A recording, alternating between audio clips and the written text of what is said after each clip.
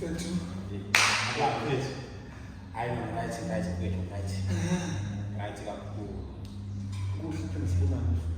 yeah, siyabonga mfethu, siyabonga mfethu kuphinde sihlangane sizoxoxa futhi. Yeah. Sixoxe nabantu. Sixoxe nabantu ukuthi sizwe ukuthi yeah. Belalele phela abantu izimvu zethu ngoba silapha nje. Abantu abamele bejwayele ukuthi yini esihlanganiseni. Ngoba silapha phela sisuke sizoxoxa nje esixoxayo ama-strong views ethu empilo nje yonke nezinto ezenzakalayo nje emphakathini emhlabeni. Yeah. We're just sharing our own views. Yeah. Silindele ukuthi lapho siphikiswa khona abantu abasibukele. Yeah. Besho lokho abakushoyo mhlawumbe besi-advise abasi-advise kodwa thina sizikhuluma lokho kwethu akwathina. Yes, because if besi-advise aba-advise eSouth Africa yonke not thina as ama-individuals. Yeah, kumnandi kanjalo ngoba sizele ukuthi obe umuntu abe a-engage.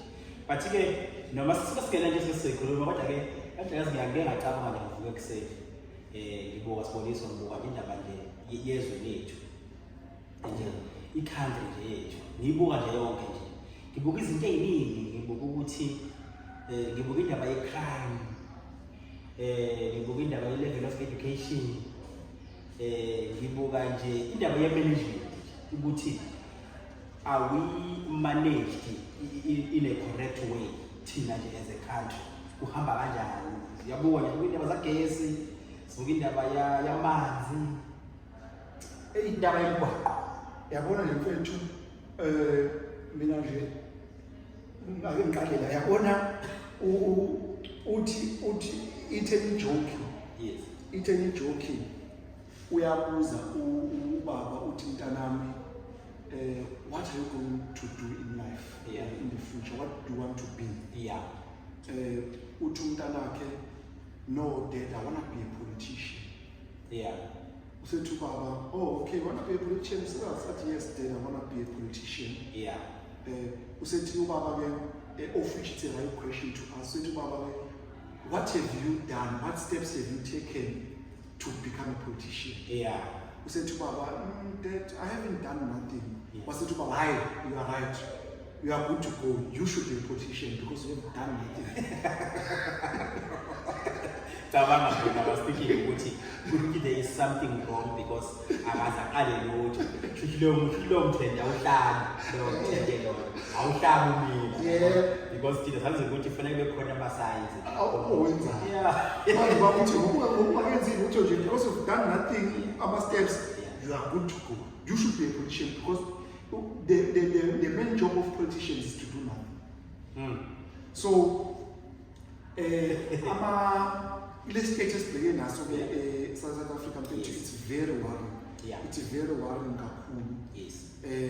Ngoba yabona into eyinkinga kakhulu indaba kagesi. Yeah. Electricity is a big problem ngoba siphila ngawo noma singabantu basemakhaya sakhula emakhaya siyazi kuyabaso nani. Yeah. Kodwa ugesi uyimpilo. U-affect izinto eziningi. Affect izinto eziningi. Yeah. Yazi uma ngibuka nje njoba nje nisebhizinisini. Yes. Maningi amakhampani zasevali ngenxa yagesi. Ngoba phela even ama-backup plans. I-backup plan vele iyadura nayo. It's not like manje i-backup plan into enokuzoziphendlela ugesi wakho. Ukuthi uyihlele imali futhi. Yabona ama-solar imali. Faka isolar imali. I-generator imali. Udizili imali. Yeah. So nje sitese country mfana angabe uthini umbono wakho wena ucabanga mfethu angicabanga lutho but ngibuka nami kule level oyibuka kuyona kwi-level yosizi ngibuka ama-offices thina sisuke emakhaya nabantu abasuke emakhaya abantu abasuke befuna usizo emadrobheni kuma-offices ka-government uthi afike uthole ukuthi bethi ngeke kwazi ukusiza because ugesi usuhambile noma mhlawumbe kuthiwe cha to i-network because into engifundile ukuthi ugesi somewhere somehow uyadisturba indaba ye-network. If ugesi ungekho right ne-network yethu iyashake. So uyacabanga umuntu osuke ekhaya wavuka wageza waboleka imali wagibela wayedrobheni uyafika edrobheni ugesi awu. Yazi ngicela ukuphazamisa. Yazi kulo msebenzi wetourism engiwenzayo. Yes. Last week, it happened last week. Ufona umsebenzi WhatsApp. Yeah. I-client. Yes. I-client uyabuza ukuthi ungangicharge malini ukusuka e-airport. Yes. Eya e-SNT sangithela WhatsApp. Yabona. Ngithe ngithi wangisendela ngangasithi mina manje ngithumela back yacima Quotations. bengise ngithumela i-quotation yavela yacima network yacima like manje ngifonela akafoneleki akusenzeki lutho and I lost that business. Understand? Bekuwabantu beku-12. Yabona into eyenzekile last week I lost this business ngoba i-network is iyaqhamuka after 30 minutes. That guy was saying, no, I wasn't talking to you only. I was talking to other two operators. And they mean, it's not like managing him civil network. Yes, network. It's showing in the electricity. If we find in the electricity, we will shake calling in program. Yes, it's calling. It passes on second page because as a result, we call it as the backup system. But pass on second phone that Joe. Ilochini to indaba ye-network baphazamiseke. Uphinde kuningi nje okwenzeka kwi-country yethu. Ubuke indaba yomgwaqo mfethu.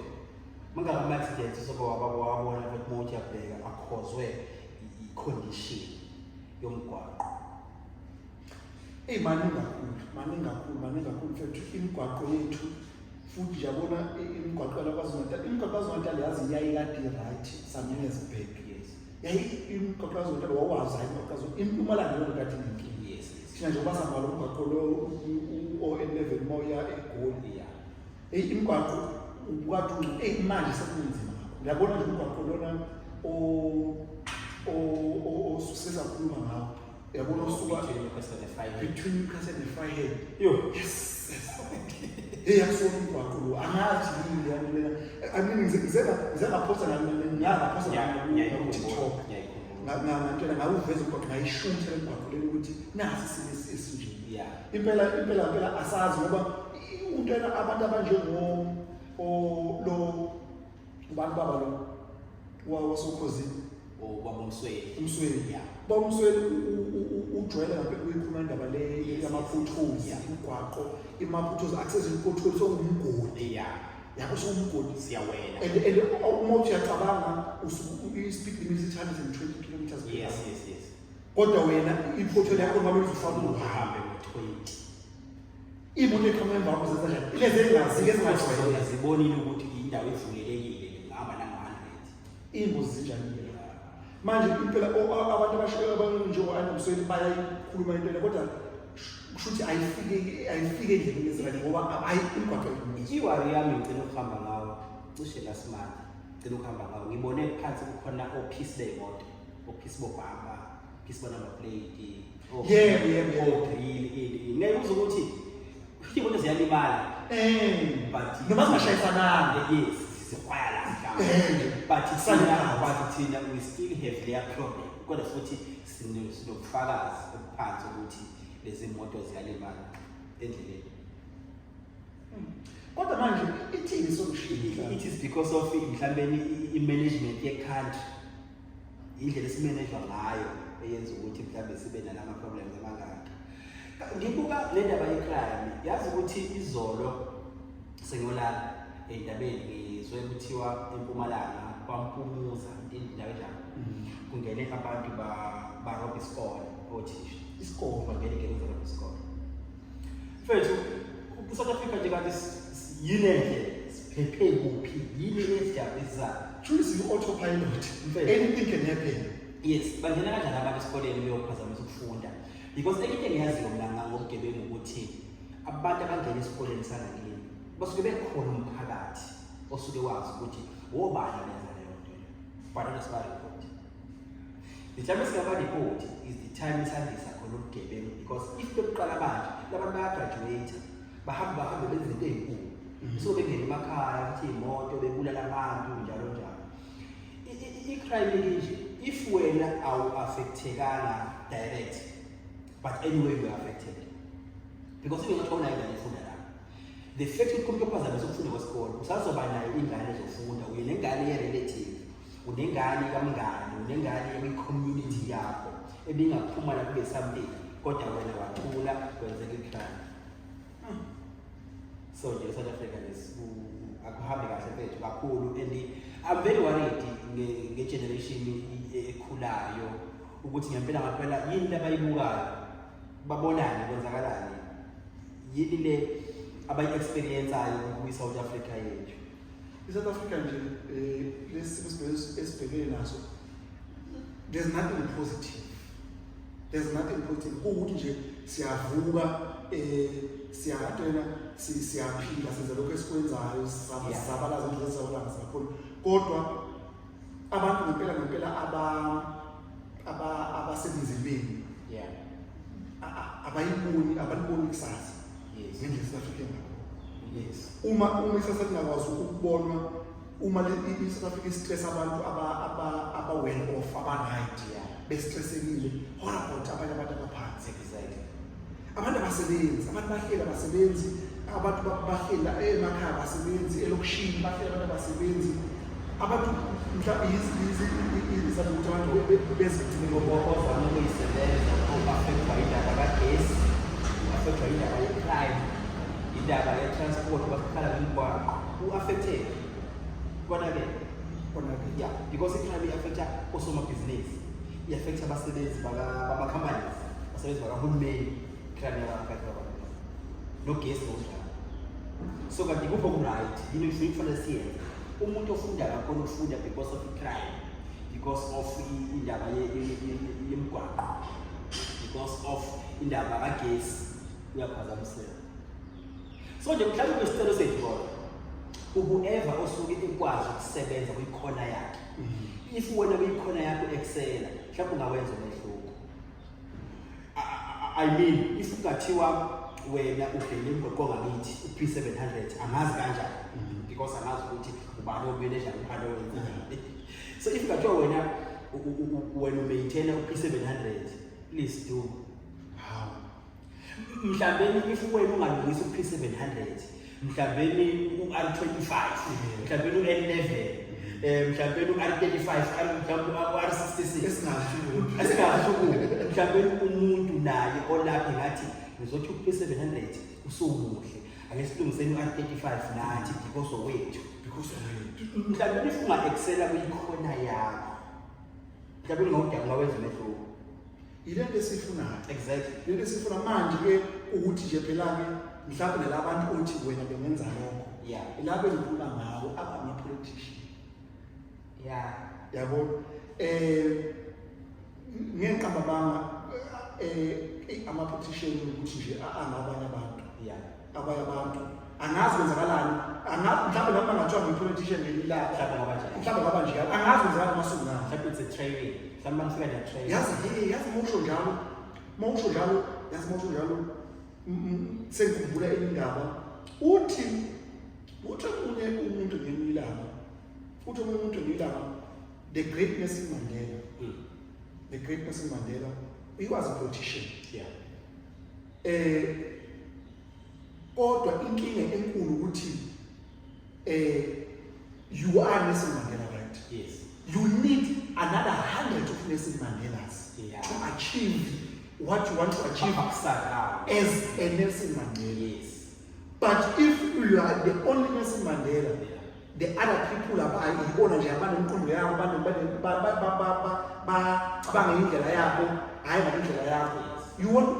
not going to make it. Yeah. Anything Because we can be a team, but if asinalo equal, and Lord, then we will never ever make it. Because sidinga ukuthi sibe oMandela sonke. Yeah. Shawama subordinates. Kodwa mhlawumbe ke yini into engenziwa ngiyabona usukushiyo lento ukuthi mhlawumbe ukuthi ufuna excel kukhona ya kodwa mhlawumbe national mhlawumbe ukuthi mhlawumbe ake sithi mhlawumbe ake sithi nami president uphambi kwakho wethu samtshela ukuthi yazi mina yazi ngifuna ukutshela mama mhlawumbe ngifuna ngiphakamisa izandla ngithi president president kwenze njani kanti president kwenze njani mfethu ngoba nalabantu laba osebenza nabo phela obafakile emsebenzini abenzi lutho because badeployiwe banama positions banendawo noma banama task okumele nabo bawasebenze bathi kwenzakalani lapho kodwa ufuna usasho ngalokho yabo ngokukhuma ngendaba ye-deployment yabona le-aid and deployment nami I'm very totally against it indaba yamakhelela deployment ngoba umuntu ngizokhuluma nje ngento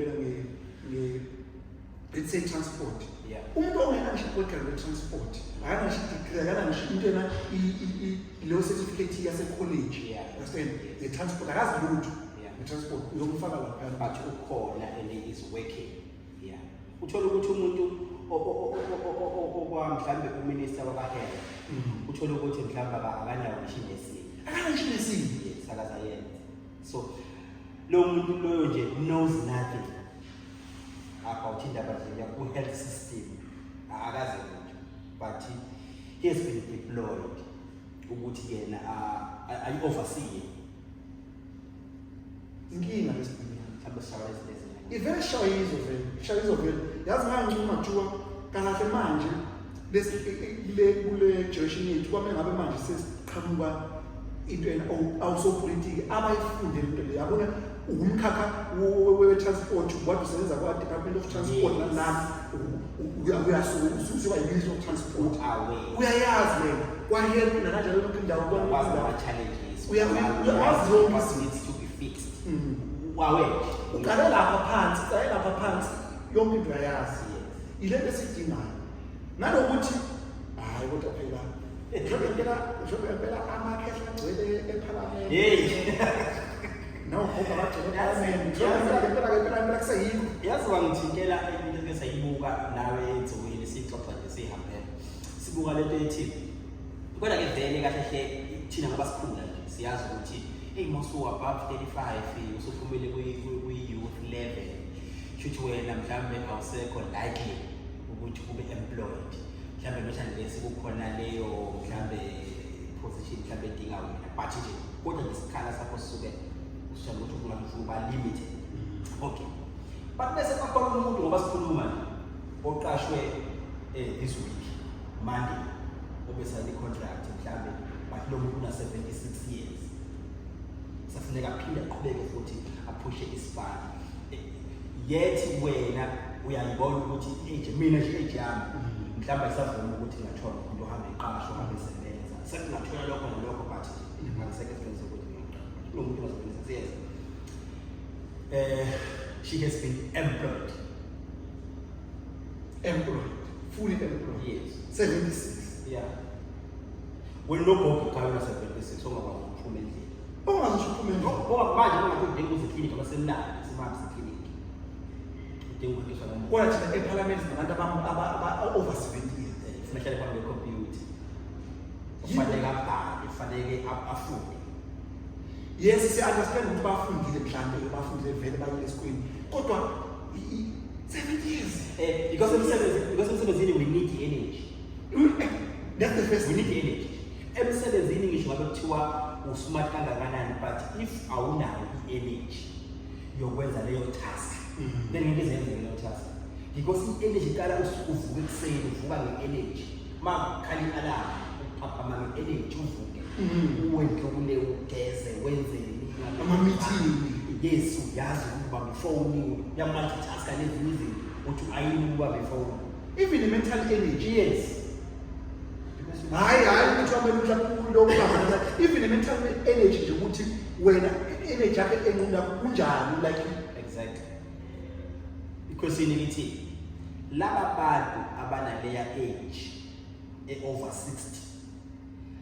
ngabe basefit ukuthi baqhubeke benze lama task amakhulu kangaka abawanikeziwe to lead the country or noma to manage our country ngabe kuseright yini but ke okunye ngesibhazi ukuthi sikuphendule kodwa because sikhuluma kanje lesinabantu abasibukayo abazosilalela siyabacela ukuthi babeke imibono yabo sizophendulana lesixoxe sesisonke sikhulume sisonke sibuka nje i-management ye-country yethu ukuthi are we well managed kwenzakalani vele kwenzakalani siyaphi ithi direction ye-country yeah mhlawumbe futhi nje sengingena nje kancane mhlawumbe ngilanga futhi kuyomele ukuthi noma sivota angazi lo wenzeka kodwa mhlawumbe umbono wami nje ukuthi kezivotele umuntu yeah singavotele iqembu mhlawumbe losizo ngalokho I mean lento enziwayo kwamanye ama-countries the Americans do it yeah bavotele umuntu abavotele iqembu yeah ukuthi into the more siba namaqembu amaningi is the more kuba worse the more siba namaqembu amaningi aphuma maqembu nathi umuntu formula is the more sizoya eweni okwangempela nama encourage because leyanto leyana inciphisa i-competition to omunye umuntu because I believe ukuthi bangathiwa amaqembu lesiboya bathiwa u2 yabo nje njengama-Americans ama-Americans ama-Republicans ama-Democrats okay angazi abanye abazoba ngcono ngepolitiki bathi akhona amanye amancanyana kodwa ahlale ngeje bavukela sebemabili ama-Republicans nama-Democrats phela bangabantu ababili mhlawumbe mangayikenjalo uma ungazi ukuthi because uyaflopa siyakutshela ukuthi yabona ngoba wenza kanjeni hayibo uyazi ukuthi if sithi hayibo should thina sizokwazi ukuthi mhlawumbe sivile sithi sinikeze lo ithuba because wena wenze kanje simtshele naye bayisaphethe ukuthi hayibo basokuwana u2 if engasilaleli siyamtshela ukuthi uyazi kathina sizokwenzani ngoba ungasilaleli sizobuya ngakho sokuya ngakho mhlawumbe sokuya hayi betha sabe ya hayi betha asivale namhlanje kodwa asazi mhlawumbe abasilaleli abakuma-positions of power mhlawumbe bafethu ngoba it's the future, it's our future. I'm still young. I have a lot to achieve. Kodwa ngokubuka ama-restrictions esibhekene nawo ngoba kuze ama-restrictions phela ungabi nagesi phela it's ungabi namgwaqo ukwazi ukufika khona yayibona network nawo ungabi network mangaka ama-calls mangaka ama-interviews ofuna ngabe siwahambile mingaki imisebenzi esiyiluzayo through platform yeleki mangaka ama-emails ongabe siwa-receive nasangawa-receive due to i-problem ye-network. I'm so worried. Kodwa-ke abasilalele ngoba ngisho positions of power mhlawumbe khona abangakwenza bekuyimbono yethu indaba yamgwaqo dijili fayile lenyokasele hayi bafethu ngeke bafethu ngeke umuntu nje oseduzane nama-powers ukuthi athende leya ndabanyana between Utrecht ne-Newcastle athende loya mgodi uzosiqeda am-worried ngoba kuza ama-Easter holidays vele thina abantu bangakithi abaningi basebenzela emgwaqo from eGoli from Mpumalanga beza Olundi basebenzela emgwaqo bafethu ngosenjeyana kodwa i-post yami yaku-TikTok bathi ama-comments amaningi athi hhayi mina eKwaZulu-Natal mina nayo imigwaqo wangweza eMpumalanga abanye bethi wangweza Eastern Cape wangweza Western Cape hey uyadlala wena khona babala nge-Gauteng ngathi mina Gauteng kaze kuphi nayo kodwa-ke kulungile impela benza kahle impela basho kanjalo kusho ukuthi South Africa yonke ine-problem yemigwaqo so siyacela bakwethu siyacela ukulungisela imigwaqo sizophela emgwaqeni siqedwe i-condition yomgwaqo Cha no siyabonga kakhulu abasibukele nabasazosibukela siyabonga kakhulu. Ningakhohlwa ukusilandela njalo ku Facebook i-page lethu ku YouTube nisubscribe lapha. Usubscribe njalo kumahhala. Yazi ngicela omunye umngane ngithi mfethu ngicela subscribe lapha ku YouTube. Wathi okay uzosubscribe hayi walobe kwathi manje mina nginayo imali ingeda subscribe. Manje subscribe usethi hawu yasibeka into mina ukuthi baba bazothi ke every month ezobhadala 20 rand. No man ayikho imali yobhadala just subscribe. Yes. Nisandena ku TikTok ke ama short videos akhona kodwa ku YouTube the full video lapho isuke ikhona ya. Konje yini igama le show yethu? Siyaxoxa podcast. Yes. Siyaxoxa sizokwazi ukuthi abantu bangene ngayo. Siyaxoxa podcast with Zipho and Sbu. But yeah. Yeah. Nokho ngiyabonga kakhulu. Ube great bana kithi sihlangane futhi. Yeah. Sibonge nje. Thank you. Ciao.